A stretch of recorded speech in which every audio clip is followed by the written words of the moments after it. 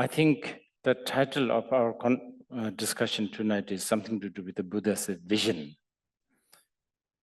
I think the vision, sometimes, I don't know, maybe I'm not understanding it well, but anyway, the vision, the term vision seems to also have the connotation of some sort of a plan. Now, if you interpret the word vision as a plan, then I don't know whether Buddha and the Buddhist have any plan. This is something that I need to express.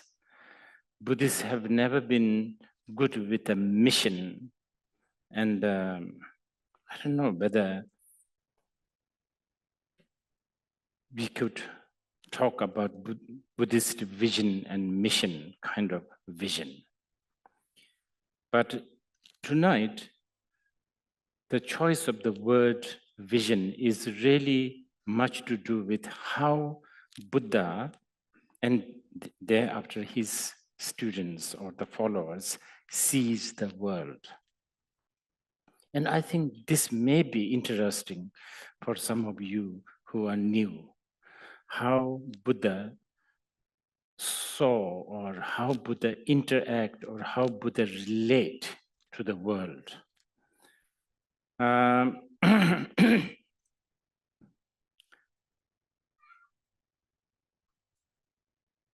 Now, there are many different elements of how Buddha saw the world.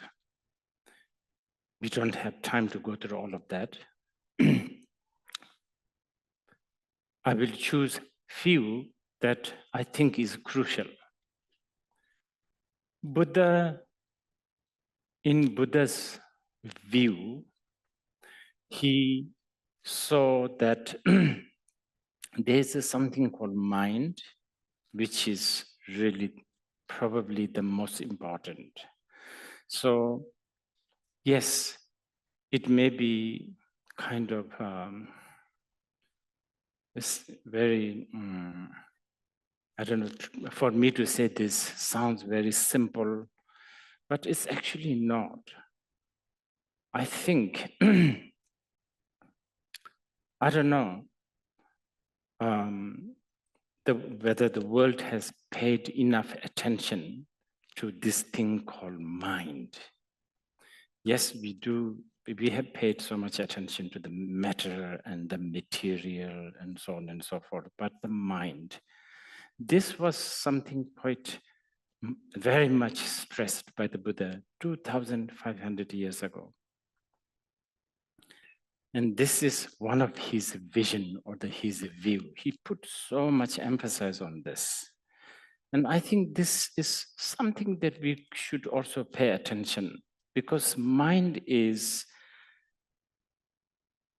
as many Buddhists would say, mind is,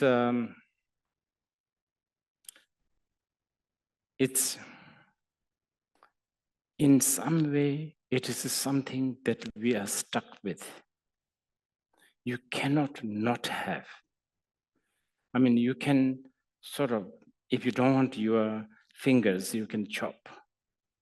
You can sort of take off your shirt or whatever. You can sort of not have matters. But mind is, you cannot really eject it. You are stuck with this. Sometimes one almost wish to be like a table, no mind. Therefore, if I'm not using this table, the table will not feel like I'm being rejected.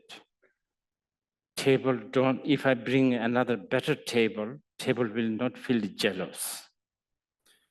If all of us leave from this room, table will not feel lonely. And also, but if I'm overly using this table, table is never going to think that I'm overly used and abused. So on and so forth. So see, but unfortunately, we are not like a table. We are stuck with this thing called mind. So mind is a bit of a problem sometimes.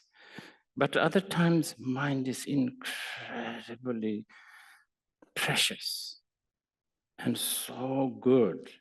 It is this mind that really appreciates simple things like a breeze, river, I don't know, smell, flowers. In fact, Buddha, in certain way of presenting so-called mind, he even went as far as saying that this mind that we have, you have, I have, this mind is the Buddha. That's it. Buddha is not a figure. It's not historically bound. It's not some sort of a savior, or definitely not a well, you can say Buddha is a creator in the context that the mind is the creator. Everything we have is basically created by mind. So anyway, this is one view that Buddha had. Something quite important, that, and something that could be rewarding if especially the modern people can pay some attention to. Then another thing, the Buddha, this is a little bit long. This mind,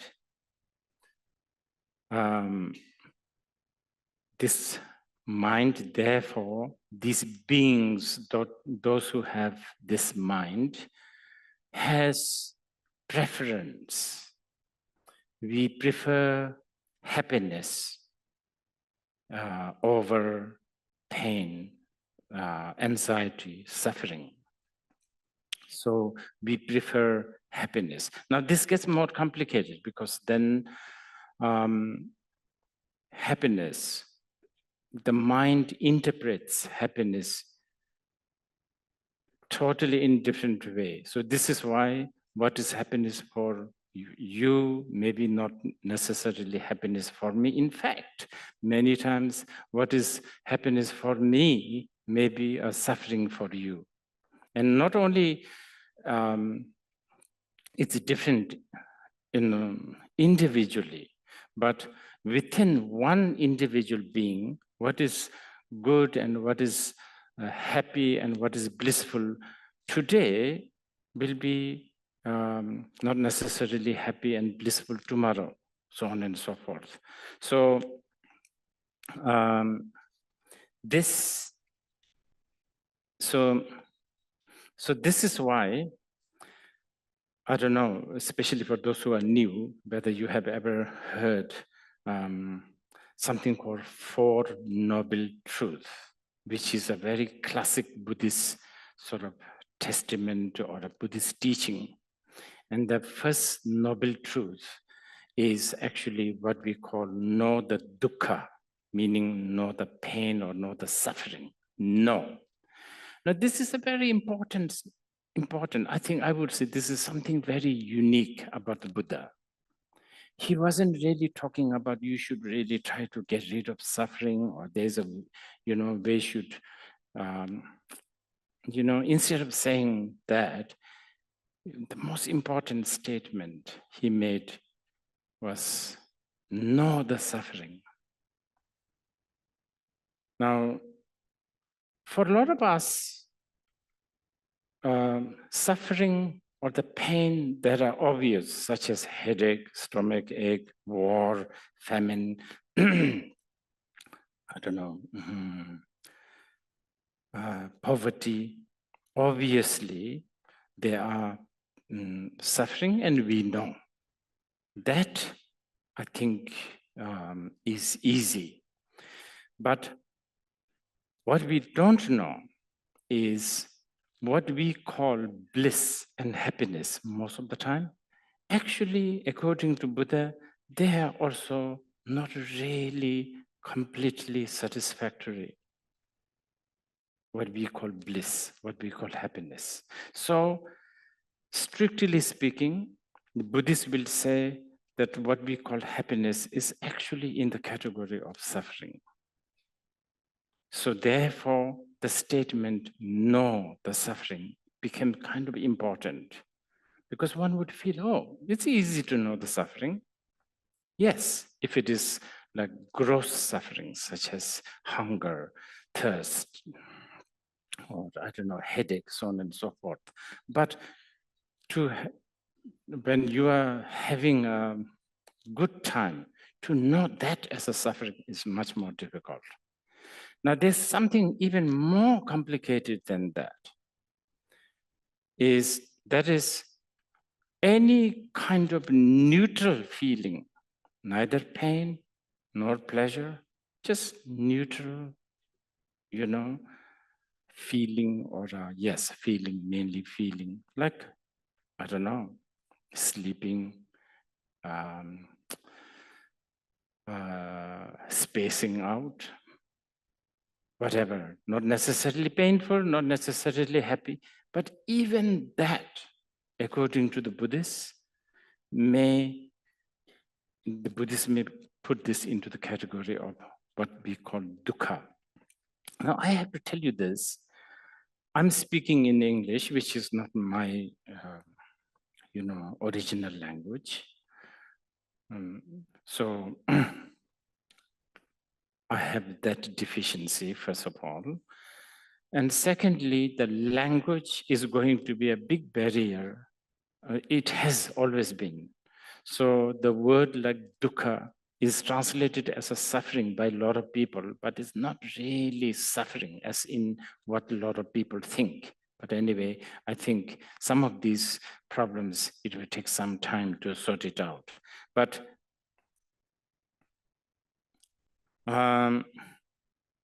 okay, so I'm talking about Buddha's vision. So this is what Buddha sees. Everybody wants to be happy. Nobody wants to be suffering.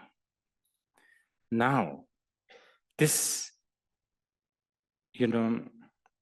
but what Buddha is saying is that, yes, it's important to be happy, but it's very important to be beneficial. To have happiness is good, but also to have something beneficial. This he stressed a lot. To be happy is important, but to have something that benefits you. This is equally important, if not more important at times. Now, beneficial and happiness, they are very related, but at times they also contradict. So this is something that I thought I will just briefly mention to you before we go to the question and answer. Because a lot of the time we find ourselves really, really working hard for happiness. But many times we don't really work hard for something that will benefit you. I think that's very commonsensical, actually. So you may ask, what is beneficial? Okay, we got the point of, something that will make you happy. And I've already told you that for different beings, happiness means different things. Now, what should one do to collect or to have something that is beneficial?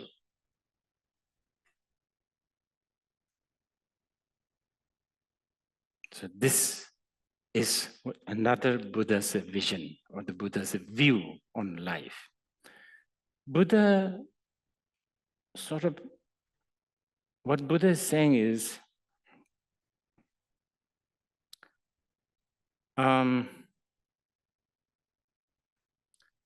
yes, it is possible to make ourselves happy by going to think about the past. Memories, especially good memories, I guess. And also think about the future. it's possible to make yourself happy. But to make things beneficial, not that important to rush to the past and to think about the future. It's not that beneficial. This is his view. So what really brings you something that is beneficial? Buddha's argument is not to go to the past, not to go to the future, but to be here in the present. Because after all, this is all you have. The past is gone, future hasn't arrived. So what's the benefit of thinking of the past and the future? So let's just put everything towards what we have right now.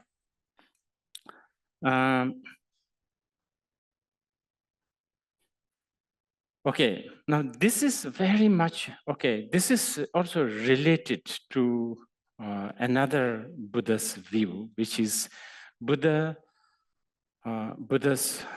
sort of argument is that only by being in the present, one will see the truth. The moment you go to the past and the future, chances of you getting entangled with the false stories, imagination is much, much higher.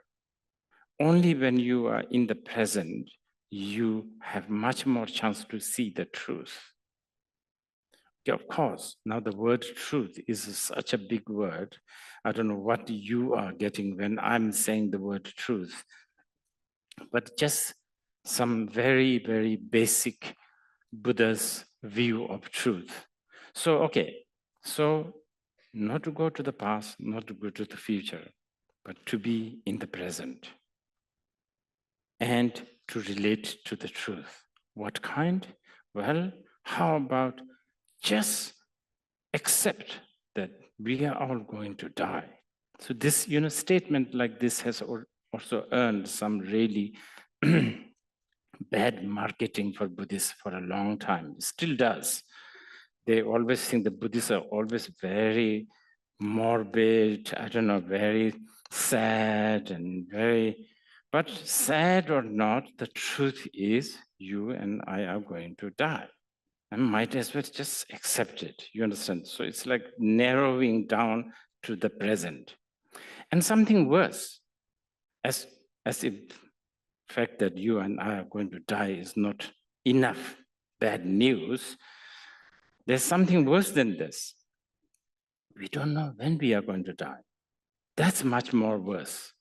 If we have a time, like, okay, July 22nd, you are going to die, then, it's much easier. You can plan and you can, but that's not the case. Most of the time, actually, 99% of the time, we don't know how we are going to die,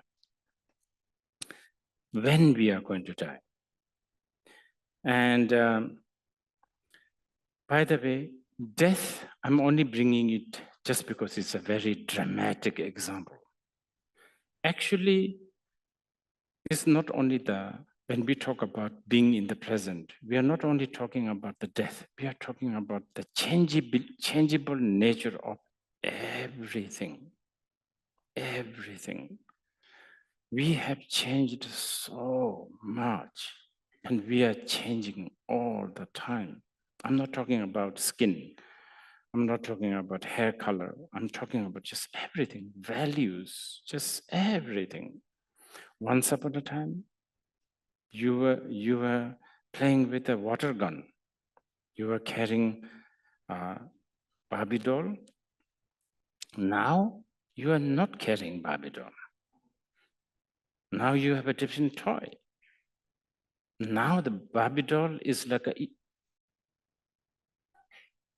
not at all important. Once upon a time, you cried, you screamed, that's the only thing that matters in the whole wide world, the Barbie doll, the gun, whatever. But that value has changed. Now we have a different value. tablecloths, I don't know, whatever, all kinds of relationship, the value of relationship. And a lot of change comes, of course, the main change comes from inside, but there's also outer,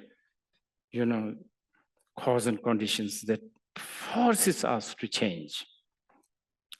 And so on and so forth. So anyway, this is one way to really face the truth and face the present moment.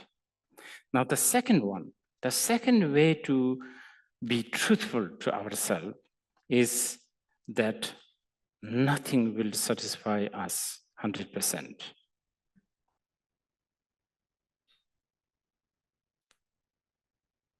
Nothing. And we are not only talking about food and clothes, we are not talking about this kind of, the usual luxury goods. We are talking about our values, political system, philosophical system, nothing. I mean, just look at past 10 years, past 20 years. I still remember when the world of internet arrived. Everybody, including myself, was so happy because it's saved so much trouble. And it's like now that we can just read about everything free.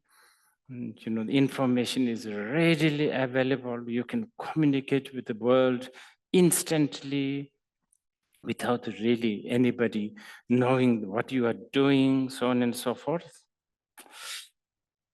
But now we are going through a situation where, is that a good thing? Are we having more fun or are we having less fun? Are we getting more stress? So on and so forth. See, nothing really satisfies 100%.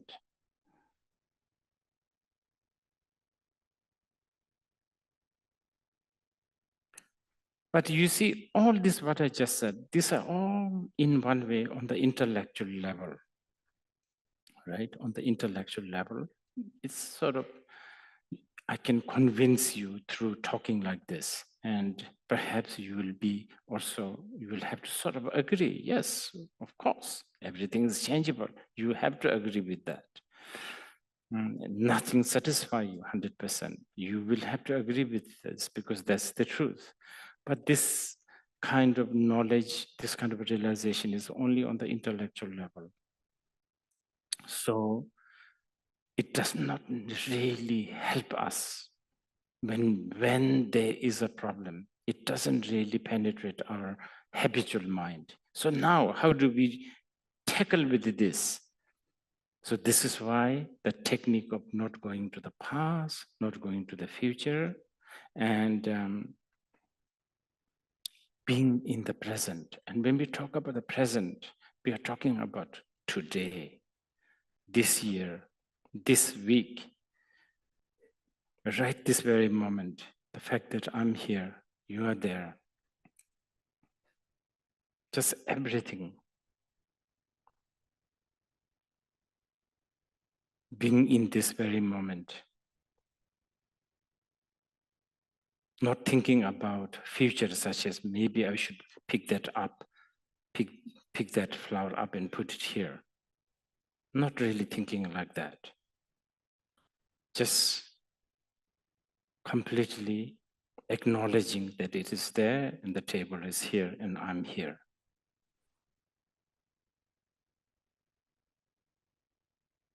And even more, it gets more refined when we say present moment.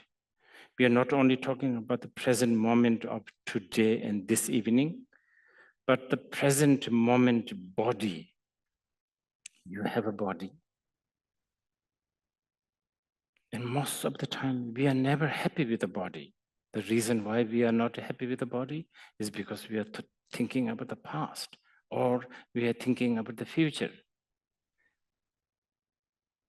how it should look like, how much it should weigh, so on and so forth, using the past and the future as a reference. Never just be in the body and be comfortable with the body. And not even more than that, just being in the body. And then it gets even more refined. These are all the Buddha's view or the Buddha's vision of life or the world. Even more subtle than the body is just acknowledging and knowing we breathe. See, all this sounds very, very simple,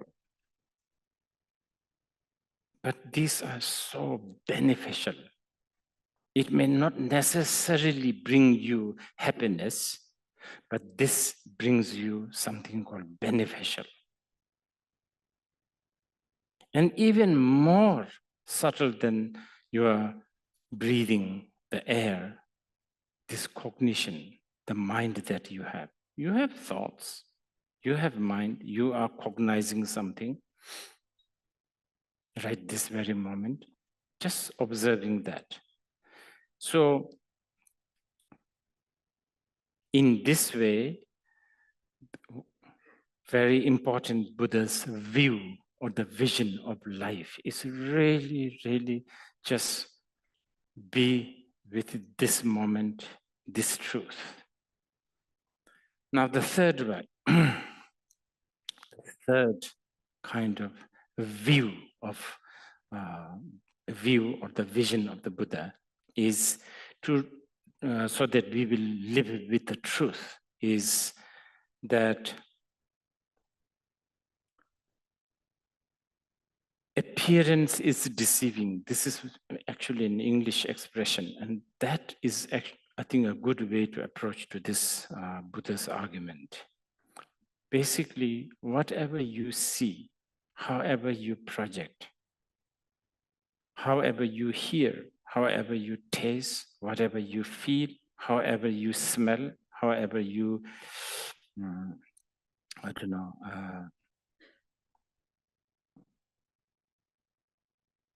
yeah, basically, however you project, perceive, is just your perception. It is not, this is only your opinion, it's not how it is. Basically, what Buddha is actually saying is everything is just a hallucination. Now, I think the hallucination in the English dictionary, which I checked again and again, is something to do with a mental disorder, right? So when we talk about, see, I was telling you earlier, mind is very important. Remember, the table doesn't have mind. We are stuck with it. But this mind is not really in order, so to speak. Why? Because it's going to the past and going to the future. We just don't let it remain orderly. So actually, if you are rushing to the past and the future, your mind is in disorder. So the Buddha's conclusion is whatever we are experiencing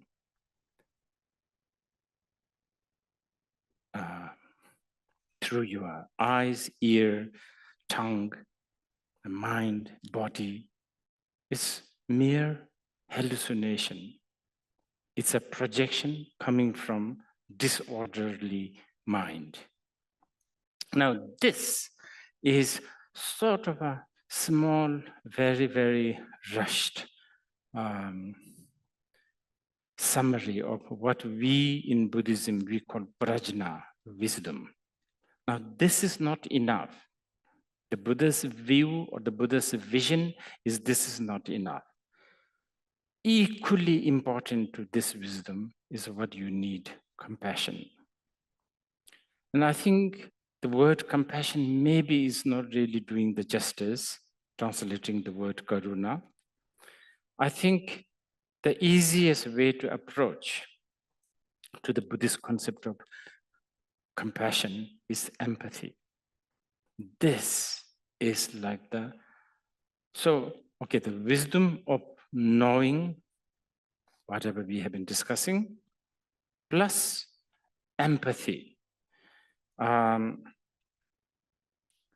Basically, very mundane, down to earth empathy we can start with. Basically putting your feet in someone else's shoes. Now, this is difficult, really, really difficult, because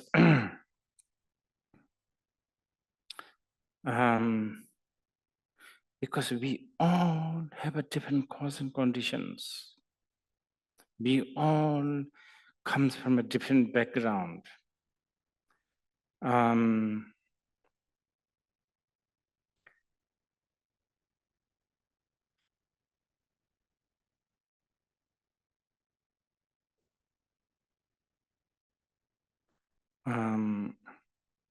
We all come from different habitual patterns. So I think we have this tendency that everybody must think, act, and behave, and value what you think, what you behave, what you value.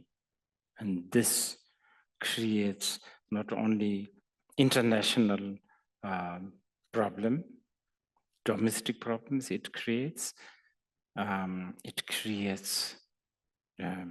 relationship problems between parents and children, between lovers, between, colleagues, lacking of the empathy. So anyway, this, what we call wisdom and the method, is like the Buddha's